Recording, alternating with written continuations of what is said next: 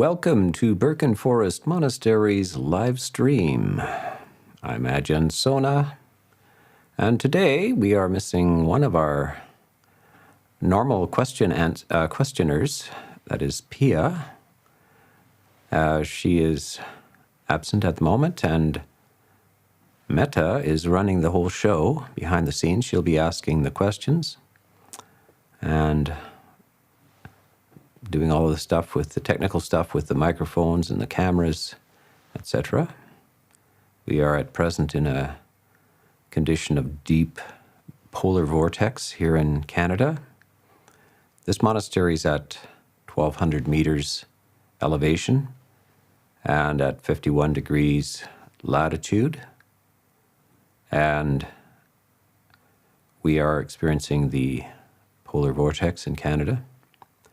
It was 40 below zero Celsius. It doesn't matter, Celsius and Fahrenheit for the Americans. Celsius and Fahrenheit meet at 40 below zero. It's such a nice place to meet, isn't it? 40 below zero. Those who are listening in, tropical climates, it's quite inconceivable what 40 below zero is. You can get a sense of it if you have a chest freezer, a good sized chest freezer. Just crawl it. Put water on yourself, crawl in naked, and close the lid. That's only 20 below. So, some of our systems broke down during this time. We are off-grid, so we provide all our own electricity through a generous amount of solar panels and batteries and a backup diesel generator. The diesel generator didn't apparently like that temperature, so it spewed oil all over the place and couldn't work. So then, there was a little fire as well. And then our water froze. We have a deep well, so inline water freezing. So we lost the water and the electricity. And when we lose electricity, we also lose all our satellite communications, our internet, all of these things. But what else went wrong? There was another level of the game that was... inverters went down. Various things. This is actually par for the course. We've lived in this off-grid monastery. I've been in many off-grid monasteries.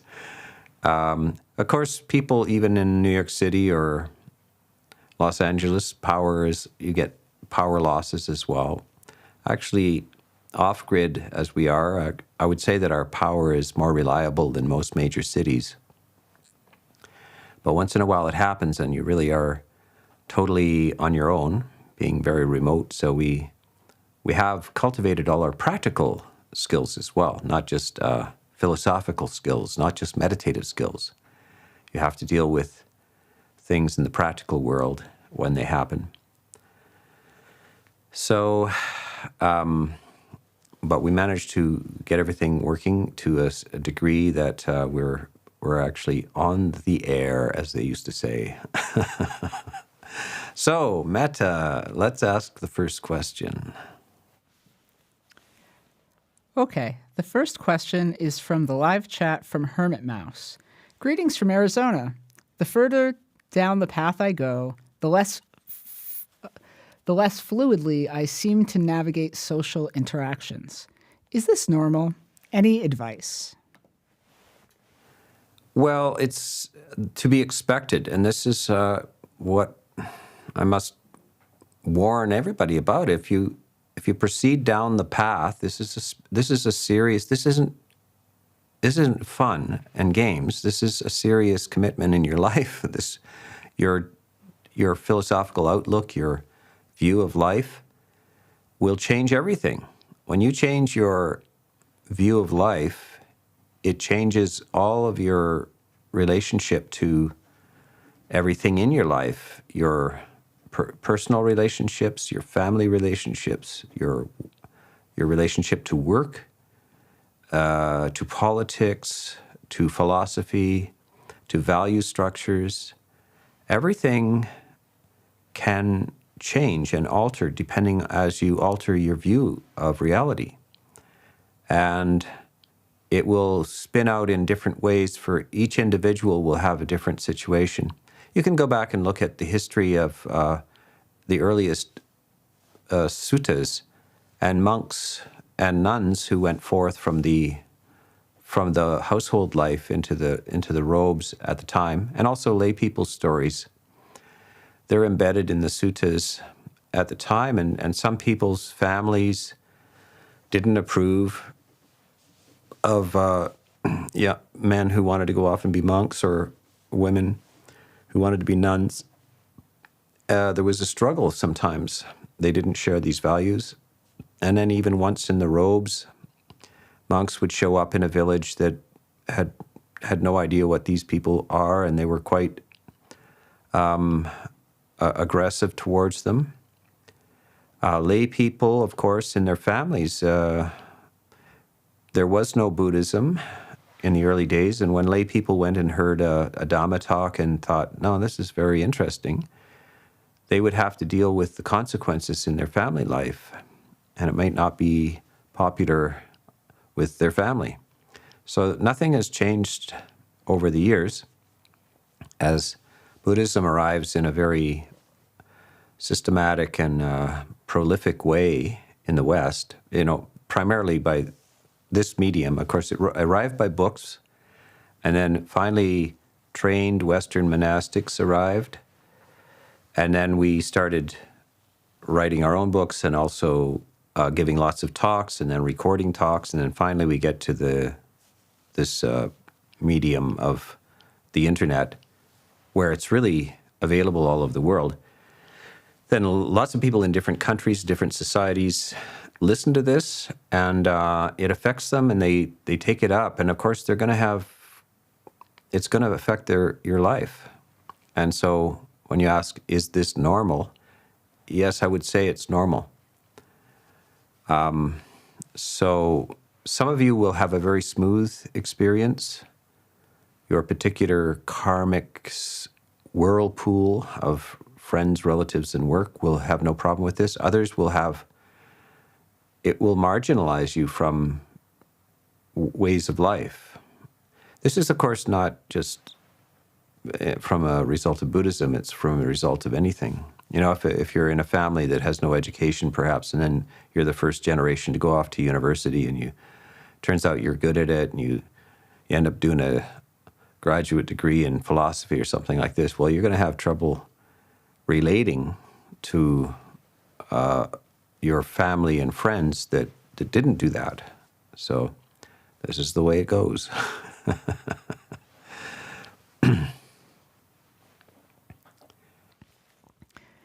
The next question is also from the live chat from No One Everyone. Greetings from Iran. Dear Ajahn Sona, as Theravada Buddhists, we are taught that for the seeing process to take place, there must be eye consciousness, the eye organ, the object, and an uninterrupted contact between the three present at the same time. But there go many people talking about out-of-body experiences, where they, quote, see their body from outside. How does this seeing process happen while there is at least one broken or missing link, usually the eye organ? Is this sense of sight a mere illusion of perception, a dream, or perhaps we do not actually need the eye organ to see? Yeah, very good question. I'm glad you're thinking through these things in a detailed way. Indeed, the Buddha does specifically talk about a body within the body, and this body, which we would maybe in this at this time say called the astral body or some sort of psychic body, can be slipped out of this body, and it can go off to different and see things and know things outside of the body.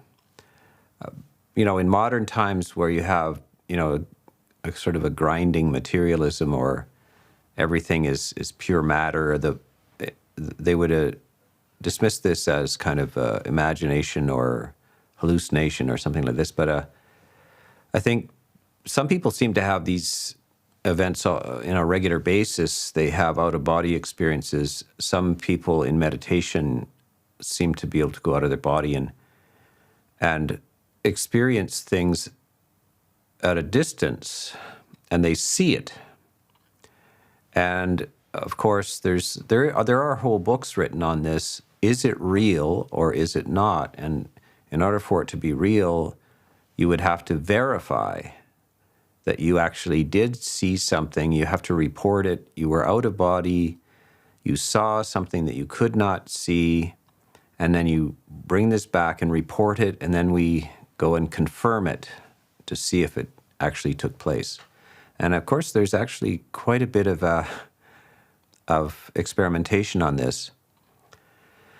And you can read their book after books on this kind of confirmation, and there's a lot of evidence for it that is very hard to deny. What must be happening, therefore, is that there is another body with consciousness and the sight capacity, and it can experience sights. And so, isn't this interesting? And many people, not just in Buddhism, in all kinds of contemplative practices from other religions, Sufis and the Catholics and all kinds of them report this. And then there are people who are just artists and mystics and so forth that don't have any particular religious affiliation that also experience this kind of thing. You'll get a lot of resistance from the sort of conservative scientist type, scientism type, that just doesn't want to allow this to be possible. I don't know whether that's really a scientific attitude. Science is an open, questioning attitude, and it tends to close up when they absolutely commit to everything being the body and the brain and so forth is the mind, and it can't leave the skull. That's an assertion. That's not allowing evidence to the contrary to come in. This, of course, there's a vast literature on this.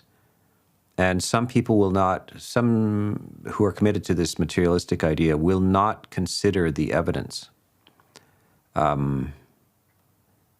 It is something like the reverse of Galileo has had this experience in seeing through his telescope that the world as it was described at the time was not accurate, that the earth wasn't the center of things. But he couldn't persuade some people to look through the telescope. They could see it with their own eyes, but they wouldn't look through the telescope because it simply couldn't be. So some will look, who have good academic credentials. They have PhDs in physics, they have PhDs in engineering, they have PhDs in neuroscience, and they will look through the telescope, and others won't look through the telescope. So you will see this. This is a war of ideologies in some sense. But it's a very good question that you ask about. So how can this take place outside the body? But the Buddha doesn't. The Buddha and this type of thing would be taken up in the Abhidhamma and some of the suttas as well. And it would be almost commonplace knowledge in these spiritual traditions. It just like it's a regular occurrence. And the more you meditate and have facility to this, meditation is kind of a good stabilizing background for this kind of events to take place. So it tends to occur. If you took a sample of the population that is deep and consistent meditators, you will probably find a very much higher incidence of this kind of out-of-body experience than you would in the regular population. Okay, well, that was fun. Let's go on to the next question. Okay, so the next question is from Anonymous from Turku, Finland. I have basically zero external devotion, even though I think about the Dhamma every day, all day. Is it because devotion is a part of the mind control apparatus of this one large religion? I don't really even know if I'm able. Should I somehow still give it a try? Well, devotion. We're not asking you to surrender your will or anything like that. This is not an aspect of Buddhism, particularly. Buddhism is extremely liberal and free. There are religions where if you convert from the religion, you could be killed. It's a death penalty. Buddhism hasn't the slightest concern. You can convert, deconvert, convert again, deconvert. It's up to you. It's the so-called religion doesn't care. It's just allows total freedom for the individual to do what they want and think what they want. But all that Buddhism does is inform you that if you do if you have certain attitudes, you will reduce your suffering. Your unskillful types of actions and thoughts will increase your suffering, and skillful ones will decrease it. It's just an act of information. It's kind of like going to a doctor. You don't have to be devoted to medicine.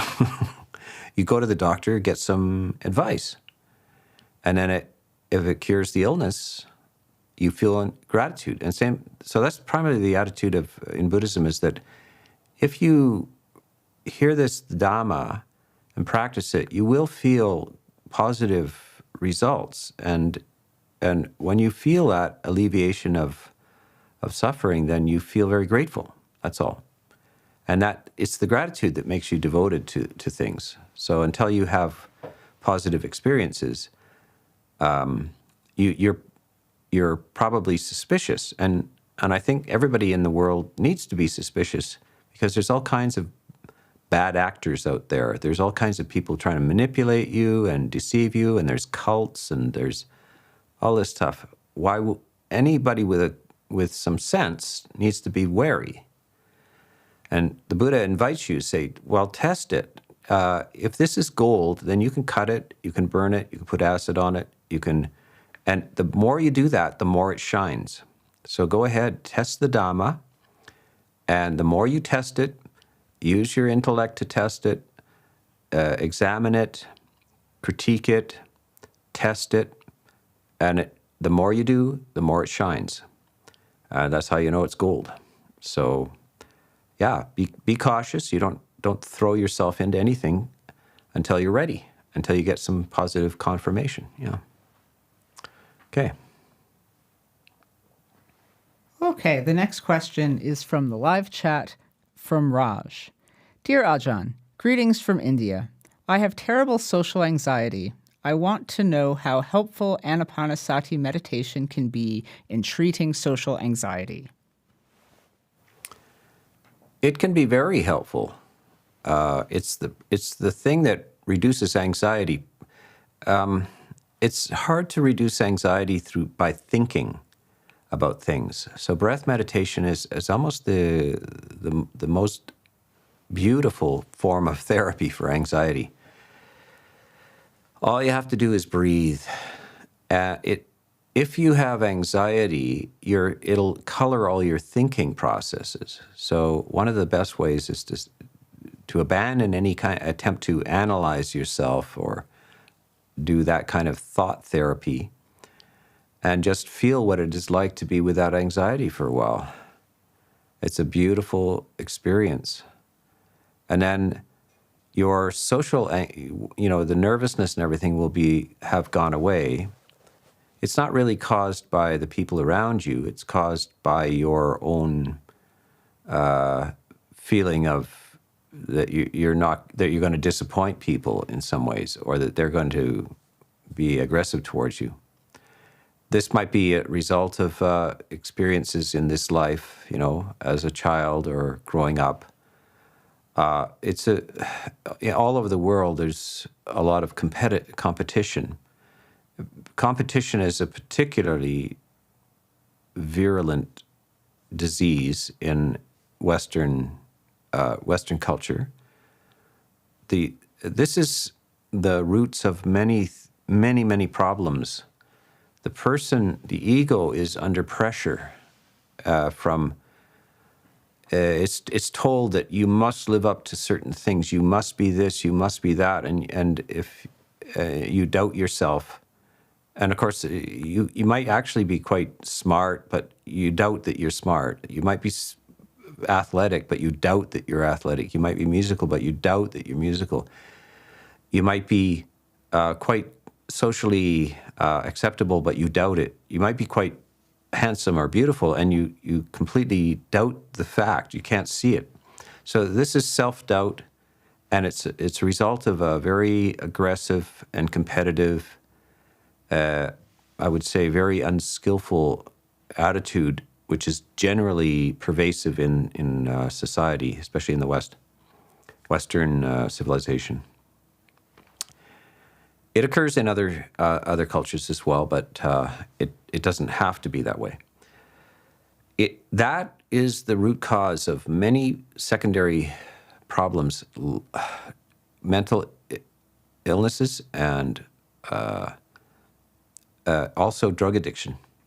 So a lot of people who are using drugs are attempting to quell the pain of a relentlessly competitive and aggravating social situation. So this causes depression and mental illness, weird acting out behaviors because of the social environment. And so you may regard this, maybe your family or the particular culture you're in, that may be the source of this. So in order to get out of that, you have to refuse to be part of this game where you're always competing. You say, look, enough of this. I'm not here to compete. This is a human experience. It is primarily a strange, mysterious, and mystical experience, that is, to be a human alive. And I'm not signed up for the war games. I'm not signed up for the endless competition and judgment thing. I'm dropping out of that game. Thank you very much, as all wise people do. And you will regain your well-being and mental health.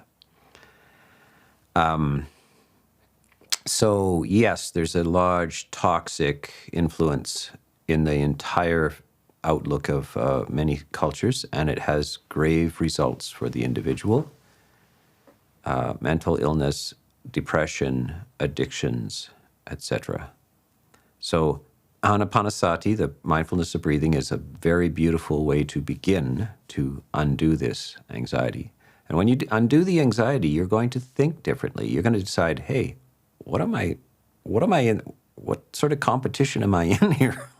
I don't want to be in this game anymore. I want to play a different game. Okay, next question, Metta. Yes, Ajahn. The next question is from the live chat from Daniil. What does the Ajahn have to say about parents, as they are responsible for our birth and therefore our suffering? So how can one respect them?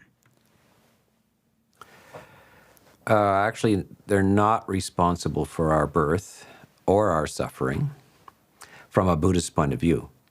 There's a philosophy, what is it, antinatalism. I'm amazing that I remembered that term, antinatal philosophy, and that is literally against birth. So it's an evil thing to give birth to a child because of the suffering inherent in it. So they're kind of halfway to Buddhism.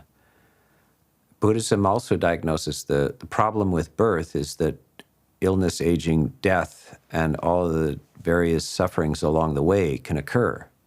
In fact, must occur. And so who wants to be born? And this is the Buddhist attitude, is like, yeah, we prefer not to be born. However, birth doesn't occur because of just the sperm and egg meeting.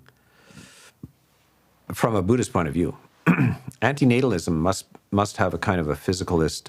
It presumes that the cause of birth is just the mixing of a sperm and egg, and it's a purely material process. But Buddhism doesn't presume that at all. It presumes that the reason for the being to come into existence is ignorance, primarily ignorance, and which produces craving, and that is the underlying cause of recurring birth, and of course recurring death. Birth and death go together. So you don't just solve the problem by not having children, because beings are sort of lined up waiting for human type of birth, but doesn't mean that they're not having an existence already. So they're in some realm where they're born. They've already taken birth in some realm, spontaneously or by through a womb or something like this. So beings are kind of floating around in these cycles. They're not just appearing out of nothing. They're not appearing out of nothing. And so it's a matter of how you diagnose the situation. And obviously, huge numbers of beings humans are brought into existence. We have a population of 8 billion people now, and probably moving to 10 at least. So the situation is just a matter of diagnosis. It's not, the parents are not the problem. They're not ultimately the cause of the birth, and they're not ultimately cause of the suffering either. That can only be undone through wisdom. So birth and suffering can be only ultimately alleviated through wisdom itself, not by any mechanical means. Yeah. Okay, so we'll stay with the live chat and go to a question from Wes. Could you please discuss how the concepts of mother and father fit into right view? How does one balance family duties with the desire to follow the Eightfold Path? Well, yeah, it's very interesting, a bit of psychological advice by the Buddha. He's very, very adamant that you need to have some sense of gratitude to your parents just for providing your livelihood, especially when you're young. Now, it may be your parents might have died just after your birth, but somebody raised you as a child. Humans they don't exist. They're not like some animals. They just drop out of the womb and they're pretty well independent. But humans require an enormous amount of care and attention. Their diapers are changed and they're fed and taught everything. If not, it's an absolute disaster. So your very well-being, the very core of your well-being is due to somebody having fed you and cared for you to some degree.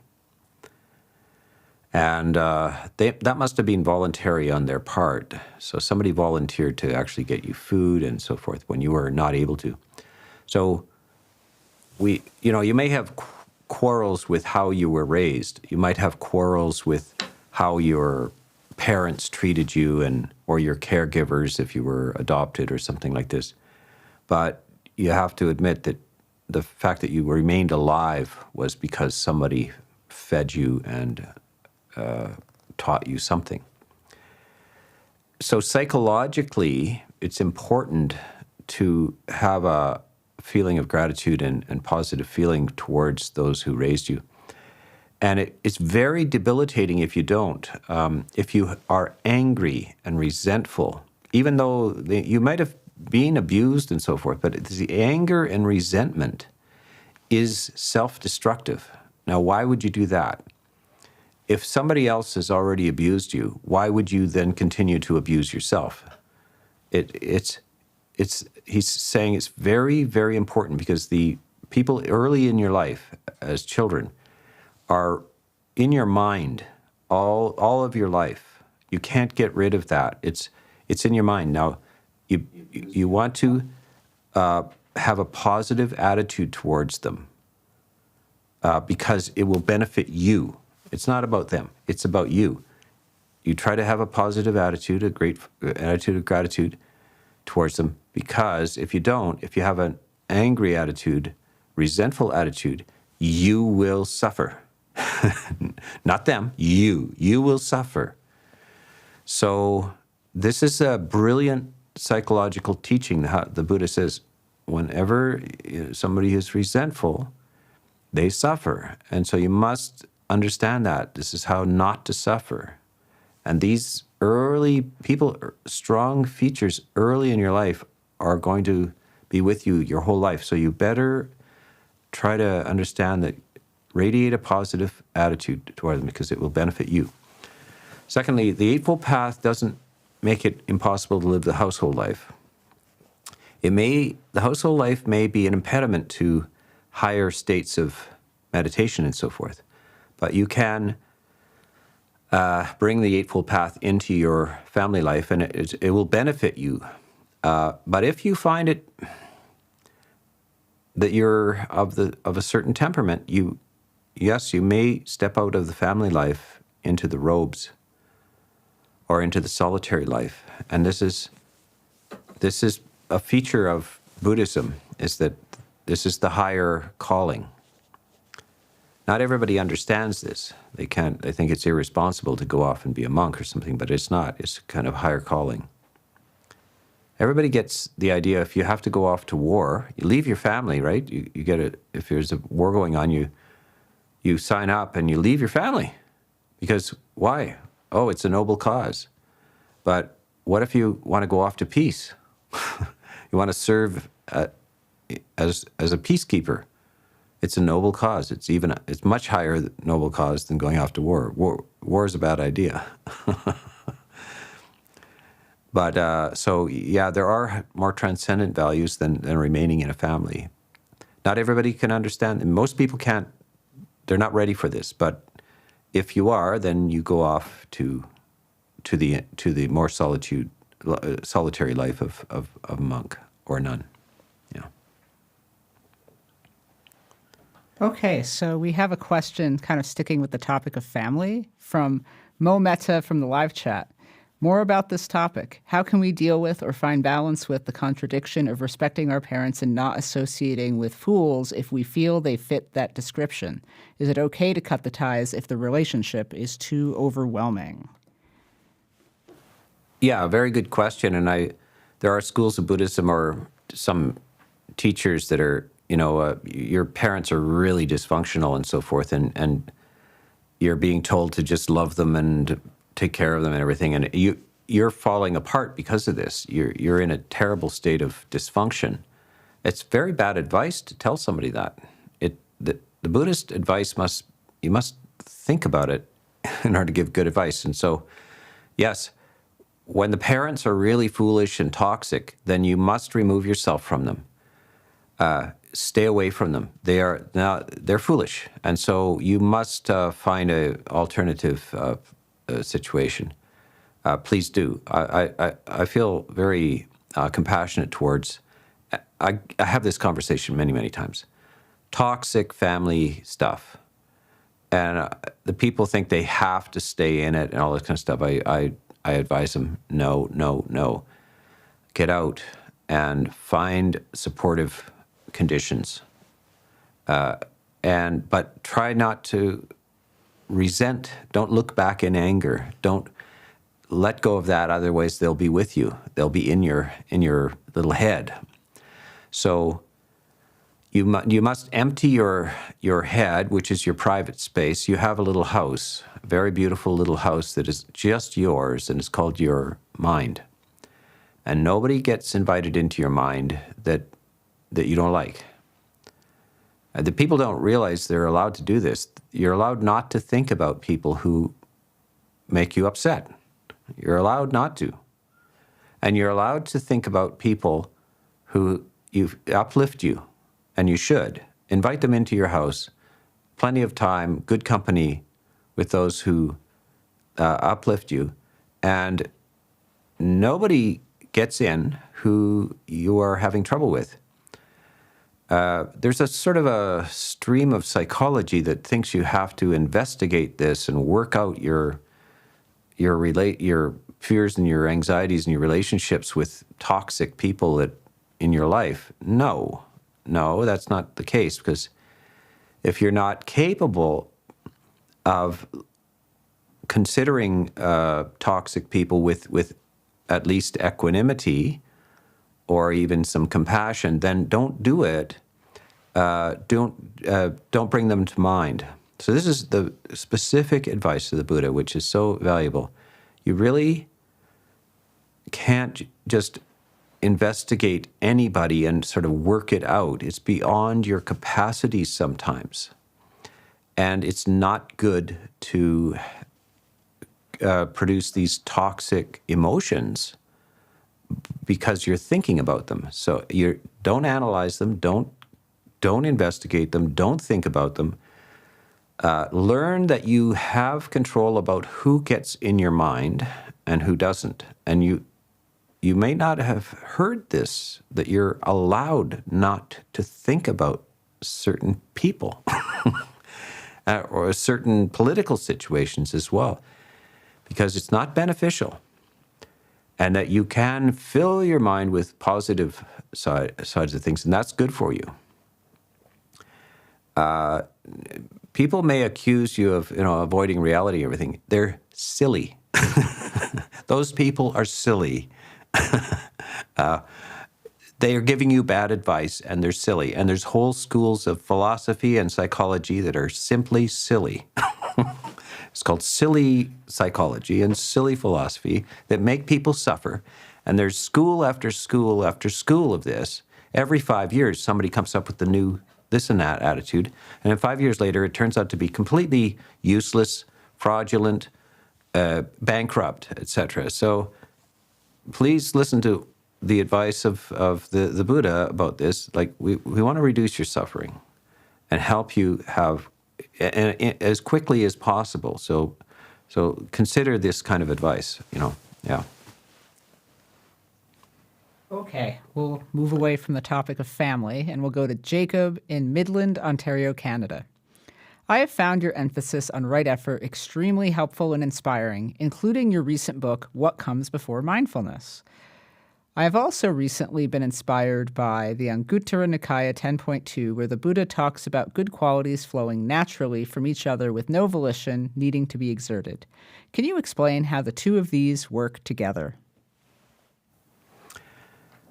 Well, yes, the title of the book, I don't have the copy, but my recent book, What Comes Before Mindfulness, it's on Amazon if you want to find it, is about right effort. So right effort is the sixth factor of the Eightfold Path, and it comes before the seventh factor, which is right mindfulness. Some people just want to jump into right mindfulness. But right effort is the page before in the manual. A lot of people don't want to read the instruction manual. They just want to get the IKEA furniture together, and then they find a few pieces are left over at the end because they didn't read the manual. And then your chair falls apart. So there's very specific instructions about effort. And if the right effort is made, then consequent factors will flow from that. But if the right effort is not made, consequent factors will not flow from that. One of the sayings the Buddha has is that for one who has samadhi, so the eighth factor of the path is samadhi. If one has samadhi, there is no need to wish, may wisdom arise. Wisdom naturally rises and swells out of right samadhi. Doesn't rise and swell out of any samadhi. It rises and swells out of right samadhi. Where does right samadhi come from? Right mindfulness. And what is the nature of right mindfulness? It is to overcome and eliminate the 5 mental hindrances. Where are the 5 mental hindrances described? They're described under the sixth factor, right effort. And what is your duty to in right effort towards the 5 mental hindrances, which are greed, anger, agitation, sloth, doubt. What is your duty under right effort towards those? It is to prevent them from arising, and if they arise, then to eliminate them, remove them and eliminate them. Those are the first 2 of the right efforts. Then the next 2 of the right efforts are to bring up wholesome mental states that have not yet arisen. And if you manage to bring them up, then to sustain and deepen them. And what are the wholesome mental states? Those are the 7 factors of enlightenment. What are that? That's mindfulness, investigation of Dhamma, or the pertinent existential truths, energy, joy, tranquility, samadhi, here we go back to samadhi again, and equanimity, the sterling philosophical quality of detached ease in the midst of samsara. So this is described under right effort, and if you make the right efforts, then the benefits will follow. But if you don't make the right effort, then the benefits will not follow. So that's how that works. Yeah. Okay, the next question is from the live chat from Johannes in Sweden. Whilst meditating, are psychic powers gained spontaneously, or must there be an intent behind developing them, as just like with any other ability? Yeah, let's say what he's talking about here. Johannes? Yeah. There are these what are called psychic powers. And they're not all that mysterious. What they are is the same kind of capacities that serve you well if you're going to university or doing a complex task, if you're trying to become a classical musician or a mathematician or anything. You need determination, you need the capacity to sustain attention, especially sustained concentration. All of these things are what are called these psychic powers. Iddhipada. Iddhi is I-D-D-H-I. Pada, P-A-D-A, the path of power. And these are, like, there's other side of sort of supernormal psychic side effects, which you hear described in certain religious traditions, not just in Buddhism, but in yoga and in Taoist and even Catholic contemplatives and so forth. These kind of like some individuals are manifesting very, very extraordinary kind of capacities that normal people don't have. They're called supernormal capacities. But the underlying cause of these are actually the development of the Eightfold Path up to samadhi. And primarily it's the development of this samadhi, right samadhi, the 8th factor of the path, right concentration, is the underlying roots of these iddhipadas, these special powers. But remember, as I just mentioned in the previous answer, that right samadhi doesn't occur if you don't have right mindfulness, and right mindfulness doesn't occur unless you have right effort. So here we go into right effort again. So this virya is also one of the psychic important supernormal capacities. To make this extraordinary effort is very important. And part of this right effort, I want to go back to my earlier phase when I was a classical musician. You're trying to make your fingers do extraordinary things to play an instrument, and it's supernormal. And one of the things, if you have to do a very fast, difficult passage, the natural human thing is to try to exert yourself and and usually that will interfere with the fluency of your actions. So your teacher, if they're good, they will say that the faster you need to play, the more relaxed you need to be. Now, note that it's not about not making that you need to be lazy or something like this. It's just a psychological balance between creating unnecessary tension, which actually impedes your capacity, and being too slack. So this is what the Buddha is saying. Like, there's a right kind of effort, which is not strained or too lazy. It's neither of those, but it is indeed effort, and it's what we could call effective effort, just the right kind of effort. You'll see this in Olympic athletes as well. They're performing absolutely astonishing kind of activities. You'll see these world-class sprinters, the 100 meters and the 200 meters. You'd think, well, if you're going to run fast, you're going to have to really try. Well, what does try mean? Does it mean tense? No, you'll see how relaxed they are.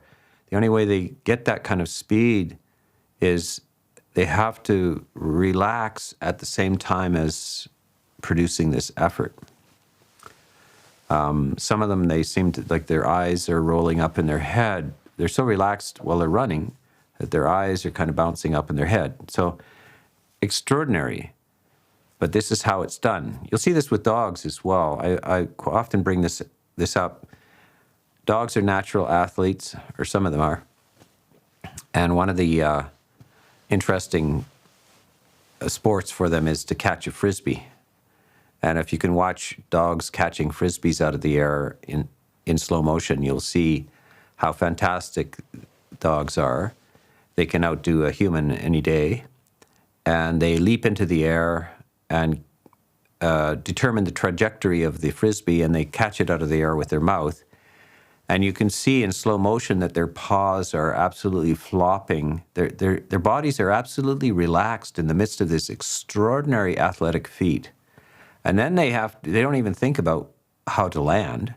It's after they catch it, then they compute, now I shall land on my feet. This is right effort, extraordinary results, but an appropriate sense of effective effort. What is too much tension, what is too little, and what is the right amount? So this is the economy of motion and the economy of emotion, the economy of emotion and the economy of application of attention, etc. This is what needs to be processed.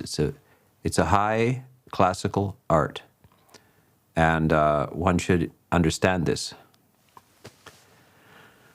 Okay, let's go on to the next question. The next question is from Nikita in Bishkek, Troy region, Kyrgyzstan. Venerable Ajahn Sona, here is a quote that I have read. He who has transcended both merit and demerit is called a bhikkhu. But don't we all strive to attain merit? Could you explain why we should transcend it? That particular phrase is translated in various ways. It's merit and demerit, but sometimes it's even beyond good and evil, which can be very badly misunderstood. That refers to a person who has attained arahantship. Why are they beyond good and evil? Why are they beyond merit and demerit? Is because this is their last life, so any meritorious deeds that they do will not experience the fruition of this in a future life. And they also, any negative karma that they've done, any negative actions they've done in a previous time, in this life or in previous lives, will also have no fruition. So neither their good deeds nor their negative deeds will have fruit. So the volitional action will not have, the karma will not have phala, the fruit of the action. But that's only for the Arahant. Everybody else, actually, the Buddha did say to the monks, monks, do not be afraid of merit. Merit is another word for happiness. So even monks can do lots of meritorious deeds and will increase their positive energies. It's basically increasing positive energies in your emotional structure. You've done good things, you feel good about it, you know? You're generous, you're kind. For monks, they can't do a lot of the physical merit, but they can do teaching things, dana, what's called Dhamma, dana, teaching others the Dhamma, which benefits them. And so that after you do that, you feel that's a positive thing. You have positive responses in your life. You get it. You've done good things. You know you've done good things, and this uplifts your mind and allows you to go further on the path. But ultimately, just positive merit is not the ultimate goal. It is this attainment of nibbana. But there are means which lead to nibbana, and the pursuit of merit is one way to proceed along the path. So it's highly encouraged. But this business of going beyond the vipaka, the vipaka is the result. Kama and vipaka.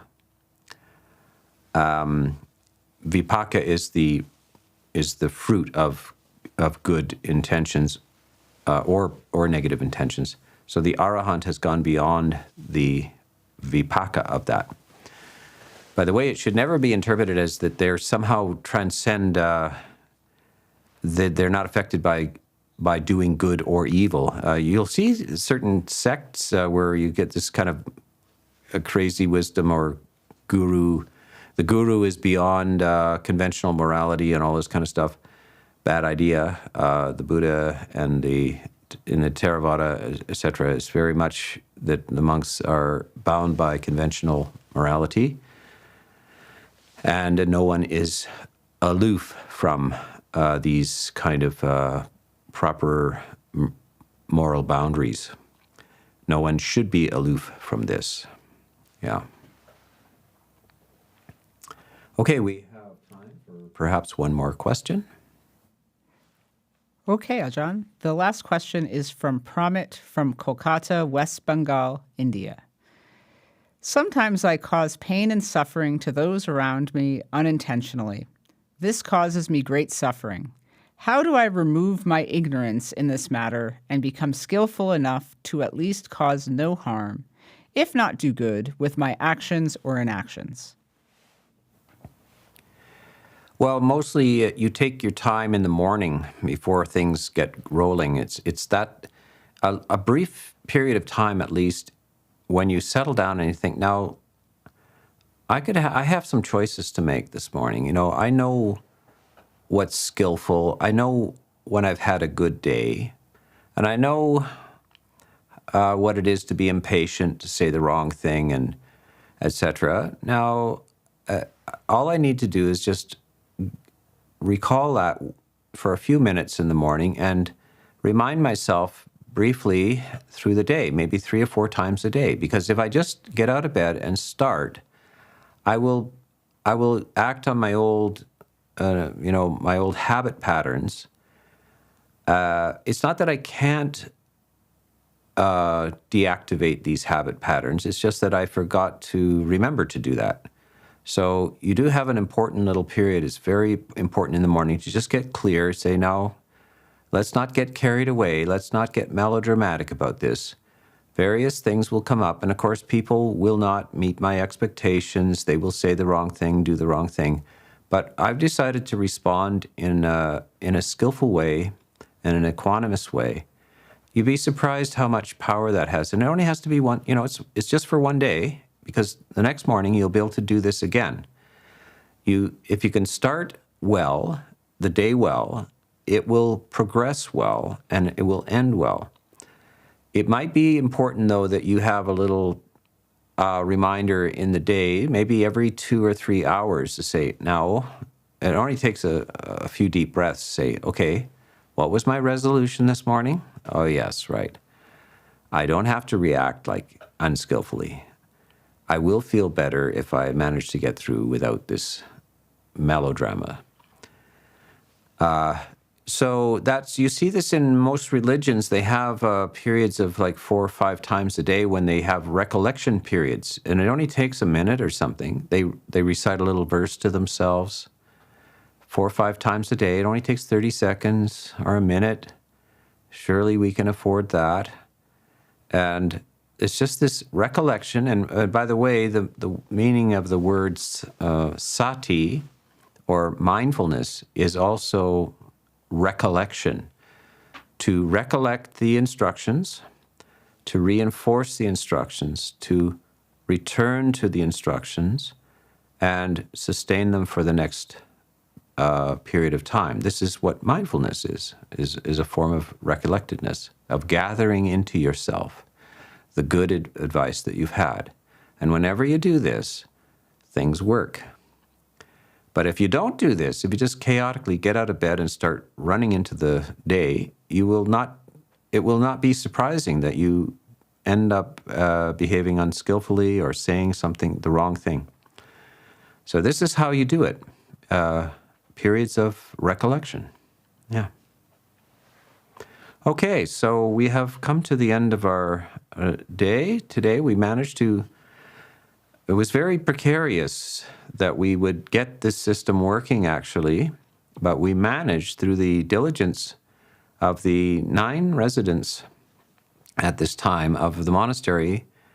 Several of them are over trying to restore the well pump from its freezing state.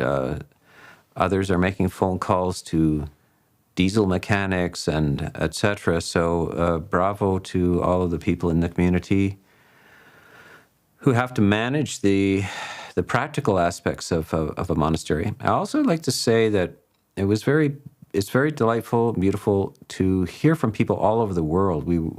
Today we were in India, we were in Sweden, and all over the U.S. and Canada, and all over the world we get people. And isn't this amazing? This is this technology, the internet, and we're here off grid. We have a satellite. We're connecting by satellite, and this is how we can reach everybody, and you can all participate worldwide in this. This is quite fortunate for us. Technology isn't always a bad thing. It can serve positive purposes as well. So I'm always kind of tickled by this ability to talk to people all over the world at the same time. Wonderful. Okay, over and out for now.